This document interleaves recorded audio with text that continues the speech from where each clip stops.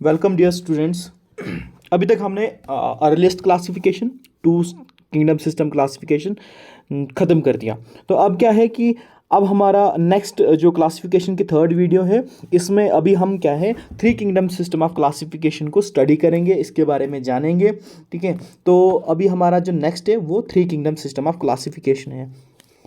Three kingdom system of classification में क्या है, क्या इसमें डिफरेंस है, वो सब हम इसमें पढ़ेंगे। लेकिन इससे पहले आपको एरिस्टोटल की जो अरेस्ट क्लासिफिकेशन है वो भी मालूम होनी चाहिए, और टू किंगडम सिस्टम जो कैरोलस लिनियस ने दी है 1758 में, उसके बारे में भी मालूम होना चाहिए। वो आपको वीडियो नंबर 1 और वीडियो नंबर 2 क्लासिफिकेशन की जो है उसमें मिल जाएगा। एंड नंबर थर्ड इज़ अभी जो हमारे पास three kingdom system of classification आ रही है, उसके बारे में पहले हम स्टडी करते हैं। तो सबसे पहले बोलता है कि three kingdom system of classification कब आई। ये पहले जब टू किंगडम आई उसमें जो कमियां थी उनको दूर करने के लिए जो है नेक्स्ट लेवल, उससे थोड़ी मॉडिफाइड जो नई सिस्टम दी गई क्लासिफिकेशन की, वो थ्री किंगडम थी। तो मतलब टू किंगडम के बाद थ्री किंगडम आएगी, एज नाम से भी पता चलता है कि पहले टू है फिर थ्री है, ठीक है ना। तो टू किंगडम के बाद three kingdom system of classification आया। तो ये देने वाला कौन था, तो ये किसने दिया, किसने क्या इसमें जो है अपना रोल प्ले किया, तो अर्नास्ट हैकल थे। कौन थे अर्नास्ट हैकल, कौन है, ये एक साइंटिस्ट हैं। तो अर्नास्ट हैकल ने क्या किया इन 1886 में, कब, अर्नास्ट हैकल ने 1886 में, ये एक जर्मन के जोलॉजिस्ट थे।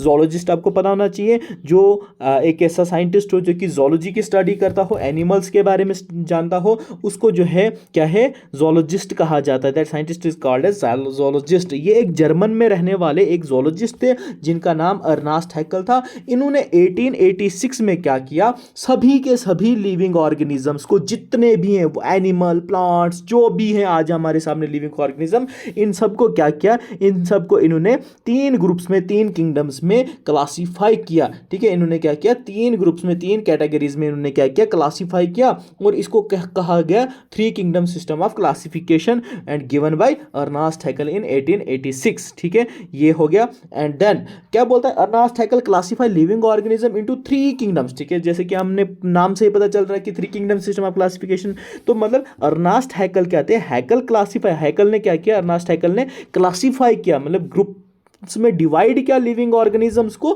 कितने, तीन ग्रुप्स में या किंगडम्स में जिसको हम बोलते हैं। तो इसने क्या किया, थ्री किंगडम्स या थ्री ग्रुप्स जो हम इसको बोलेंगे, उन्होंने डिवाइड किया अर्नास्ट हैकल ने। क्या क्या थे ग्रुप्स इसमें, number 1 is kingdom protista, kingdom protista most important, kingdom Plantae, kingdom animalia. अब किंगडम एनिमेलिया, किंगडम प्लांटे तो हम देख रहे हैं, टू किंगडम में देखा हमने अभी, एंड यहाँ पे वो दो तो नाम रिपीट हुए, लेकिन नंबर वन जो है हमारा पास एक ऐड हुआ, यहाँ पे क्या हुआ, ऐड हुआ। ऐड क्या हुआ, यहाँ पे ऐड होता है हमारे पास प्रोटिस्टा, प्रोटिस्टा। अब क्वेश्चन ये भी हो सकता है कि कौन सी ऐसी क्लासिफिकेशन है, सिस्टम ऑफ क्लासिफिकेशन है जिसमें फर्स्ट टाइम प्रोटिस्टा किंगडम को जो है देखा गया या स्टडी किया गया। तो वो नाम ही सबसे पहले कौन सी क्लासिफिकेशन में आता है, three kingdom system of classification में आता है। तो मतलब टू किंगडम सिस्टम क्लासिफिकेशन में किंगडम प्रोटिस्टा, ये सॉरी किंगडम प्लांटे और एनिमेलिया था, उसमें ऐड किया गया प्रोटिस्टा, एंड जो दी गई थ्री किंगडम क्लासिफिकेशन हम सबको आज जो अभी हम स्टडी कर रहे हैं, तो क्या किंगडम एनिमेलिया और प्लांटे को ऐड किया गया, एक नया ग्रुप उनमें से कुछ ऑर्गेनिजम्स को निकाला गया और एक नए किंगडम में जो है उनको प्लेस किया गया, जिसका नाम दिया गया प्रोटिस्टा। ठीक है क्या ये प्रोटिस्टा में क्या किया, ठीक है ना, वो अभी हम देखेंगे। तो अभी पहले आपको सबसे पहले ये मालूम होना चाहिए कि जो three kingdom system of classification है, इसमें थ्री किंगडम्स कौन कौन से हैं। Number 1 is kingdom protista, kingdom animalia, kingdom Plantae. ठीक है, ये तीन किंगडम्स आपको याद होनी चाहिए, और ये भी मालूम होना चाहिए क्योंकि जब हम 2, 3, 4, 5 जब हम सारी पाँच की पाँच अच्छे से पढ़ लेंगे, उसके बाद आपको ये प्रोटिस्टा क्या कॉमन होगा, क्योंकि 4 में भी आएगा, 5 में भी आएगा। ठीक है ना, तो क्वेश्चन ये यहाँ पे जो है भूल जाता है कि कहाँ था प्रोटिस्टा पहले।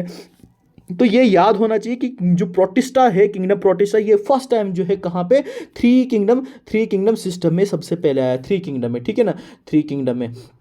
तो ये क्या है, थ्री किंगडम में फर्स्ट टाइम आया था। इसको यहाँ पे इस वर्ड को या इसको हमने सबसे पहले कहाँ स्टडी किया, थ्री किंगडम में। नेक्स्ट क्या है, बोलता है this classification on the base. अब हमने टू किंगडम भी देखी, उसमें भी कुछ बेस था, उसमें भी कुछ कैरेक्टर्स के स्ट्रक्चरल एंड फंक्शनल कैरेक्टर्स थे, ठीक है ना। यहाँ पे क्या कैरेक्टर्स का इस्तेमाल किया गया, मेजर जो स्ट्रक्चर्स थे, मेजर जो फंक्शन थे, जो जिनका इस्तेमाल यहाँ पे किया गया, एंड दैट वाज मॉर्फोलॉजी, कि बाहर से देखने पे बॉडी कैसी है, बाहर के कैरेक्टर्स, उसको बोला जाता है मॉर्फोलॉजी।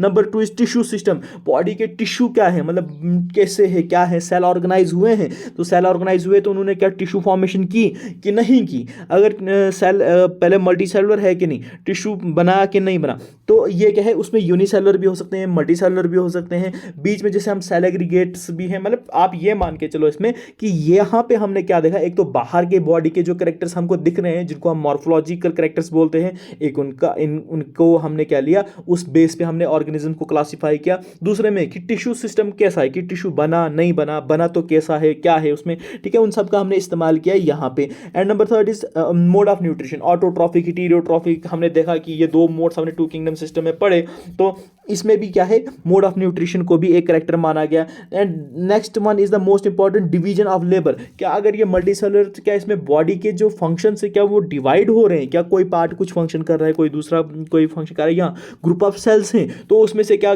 कोई कुछ सेल्स पर्टिकुलर फंक्शन कर रहे हैं, दूसरे सेल कुछ पर्टिकुलर फंक्शन कर रहे हैं, तो डिवीजन, काम का बंटवारा हो रहा है क्या उनकी बॉडी में, अगर हो रहा है तो उनको वैसे वैसे ऑर्गेनिजम्स को क्या है एक पर्टिकुलर ग्रुप्स में प्लेस किया गया। ये कुछ कॉमन कैरेक्टर है, इनमें हमको सिंपल याद क्या रखना है कि इसमें किस बेस पे, किस आधार पे, किस बेस पे क्या किया है, लिविंग ऑर्गेनिजम्स को क्लासिफाई किया गया थ्री किंगडम्स में। उसमें हमको पता होना चाहिए कि morphology, tissue system, mode of nutrition और डिवीजन ऑफ लेबर, इन तीन चार कैरेक्टर्स के बेस पे हमने क्या किया, लिविंग ऑर्गेनिज्म को क्लासिफाई किया यहाँ पे, ठीक है। एंड देन क्या बोलता है, ही separated out all one sailed eukaryotes lacking tissue differentiation in separate kingdom.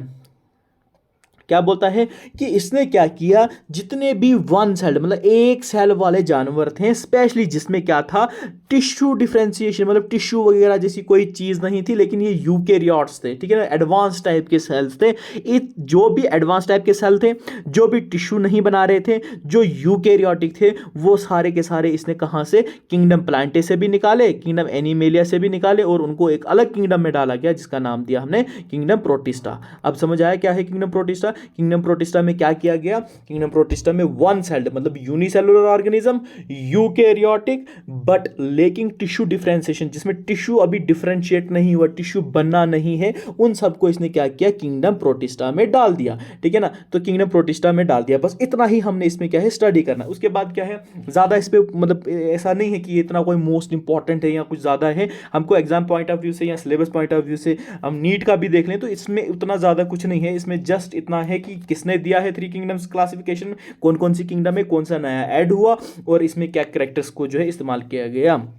And उसके बाद क्या है, ड्रॉबैक्स, क्योंकि ड्रॉबैक्स से ही हम आगे नेक्स्ट स्टेप पे जाएंगे कि कमियां क्या रह गई इस थ्री किंगडम क्लासिफिकेशन में। तो drawbacks of three kingdom system में क्या था कि ए सेलुलर मतलब जिनकी बॉडी में भी एक सेल भी नहीं बना था, यूनिसेलुलर एंड मल्टी सेलुलर मतलब जो दो तीन सेल से बने हुए हैं ऑर्गेनिज्म वो भी, और ये जो एक सेल भी नहीं बना पाए हैं वैसे ऑर्गेनिज्म, और जो मल्टी सेलुलर ऑर्गेनिज्म है उन सबको एक साथ कहाँ, किंगडम प्रोटिस्टा में डाला गया। क्या, ए सेलुलर और मल्टी सेलुलर ऑर्गेनिज्म को क्या डाला गया, एक ही किंगडम में डाला गया, किंगडम प्रोटिस्टा में, ठीक है। तो ये हमारा ड्रॉबैक नंबर 1। ड्रॉबैक नंबर 2 है हमारा कि बैक्टीरिया जो कि अलग है, और फंगई ये टोटली डिफरेंट, दो डिफरेंट ऑर्गेनिजम्स हैं, इनको ग्रुप किया गया प्रोटोजोअन्स और एल्गी के साथ। क्या, बैक्टीरिया और फंगई जो कि दो टोटली डिफरेंट ऑर्गेनिजम्स हैं, इनको कहाँ डाला गया, इनको एक ही ग्रुप में डाला गया अलोंग विद किसके साथ, प्रोटोजोन्स और एल्गी के साथ। ये हमारे दो ड्रॉबैक्स आते हैं किसके, three kingdom system of classification. ये हमारा three kingdom system of classification था, जिसमें जो भी मैंने हर स्लाइड में क्या है जो लिखा हुआ था आपको वो नोट डाउन करना है, नॉट मोर देन दैट, इससे कुछ नहीं ज़्यादा आपने करना है, ये बहुत एक एनफ है। क्योंकि थ्री किंगडम सिस्टम में जो है ना, इससे आगे 4 या 5 किंगडम जब आएगी उसको हमने बहुत एक्सप्लेन्ड वे में देखना है, वो हमारा जो है एक मेन टॉपिक है। ये क्या है कि अब हमको जब क्लासिफिकेशन पढ़नी है तो हमको हर एक सिस्टम के बारे में मालूम होना चाहिए, और नॉलेज के लिए जो है इतना काफ़ी है, ठीक है। हमको थ्री किंगडम का इतना ही नॉलेज होना चाहिए, इतना ही है और इतना ही नॉलेज भी होना चाहिए। अभी क्या देख रहे हैं हम, यहाँ पे लिखा हुआ है कि हमने जो ये किया क्या है, हमने सबसे पहले हमने क्या पढ़ा, हमने पढ़ा अर्लीस्ट क्लासिफिकेशन। ये हमको एरिस्टोटल का मालूम होना चाहिए, जिसने प्लांट्स को 3 किंगडम्स में 3 ग्रुप्स में क्लासीफाई किया, हर्ब शब ट्रीज में, एंड एनिमल्स को एनीमिया और एनीमिया में डिवाइड किया, ब्लड वाले और विदाउट रेड ब्लड वाले, ठीक है ना। ये क्या किया एरिस्टोटल ने हमको, ये बहुत इंपॉर्टेंट, मोस्ट इंपॉर्टेंट, इसके बारे में आपको फर्स्ट वीडियो में आपको पता चल जाएगा, आप इसके बारे में ज़रूर स्टडी करें, ठीक है। एंड देन क्या आ गया कि देन आ गया टू किंगडम। हमने टू किंगडम जो है हमारी सेकंड वीडियो में है कि टू किंगडम किसने दी, कैरोलस लीनियस ने दी। कैरोलस लीनियस ने two kingdom system of classification तो दिया, तो उन्होंने कब दिया 1758 में। इसके बारे में सेकंड वीडियो में आपको स्टडी करना पड़ेगा, इंपॉर्टेंट है। एंड नंबर थर्ड जो अभी हमने पढ़ा, अर्नास्ट हैकेल ने क्या किया 1886 में, क्या किया अर्नास्ट हैकेल ने 1886 में क्या किया, अर्नास्ट हैकेल ने three kingdom system of classification the. It was more than enough कि जो हमने अभी तक पढ़ा ये three kingdom system of classification में काफ़ी है, इतना ही आप नोट डाउन करें, ठीक है। Then thank you so much. हमारे बायोलॉजी गुरु चैनल को सब्सक्राइब जरूर करें, और जो भी प्रॉब्लम्स हैं, आपको वीडियोस में प्रॉब्लम आ रही है या कहीं पे भी आपको समझने में प्रॉब्लम आ रही है, मैं एक्सप्लेनेशन के लिए और भी वीडियोस डाल दूंगा, ठीक है। आप कमेंट करें, ठीक है, कमेंट करें आपको, और जल्द ही या तो आपको मिल जाएगा इंस्टाग्राम पे बायोलॉजी गुरु नाम से हमारा पेज, ठीक है। आप वहाँ पर मैसेज कर सकते हैं, उसको फॉलो करें, उसको शेयर करें, ठीक है। इस चैनल को भी शेयर करें, क्योंकि यहीं पर आपको वीडियोज़ मिलेंगी, आप इसको सब्सक्राइब करें, ताकि ये सभी बच्चों को ये जो है इसका बेनिफिट मिले, इनको मालूम पता चले कि है क्या, ठीक है। अब हम है क्या मतलब कि अब हम आगे जो है फर्दर क्लासिफिकेशन के बाद जो है बाकी टॉपिक्स पे भी जो है वीडियोस लाएंगे, ताकि आपके एग्जाम्स के जो हैं क्वेश्चन सॉल्व हो जाएं और आप जो है आगे बढ़ें। Thank you so much, best of luck.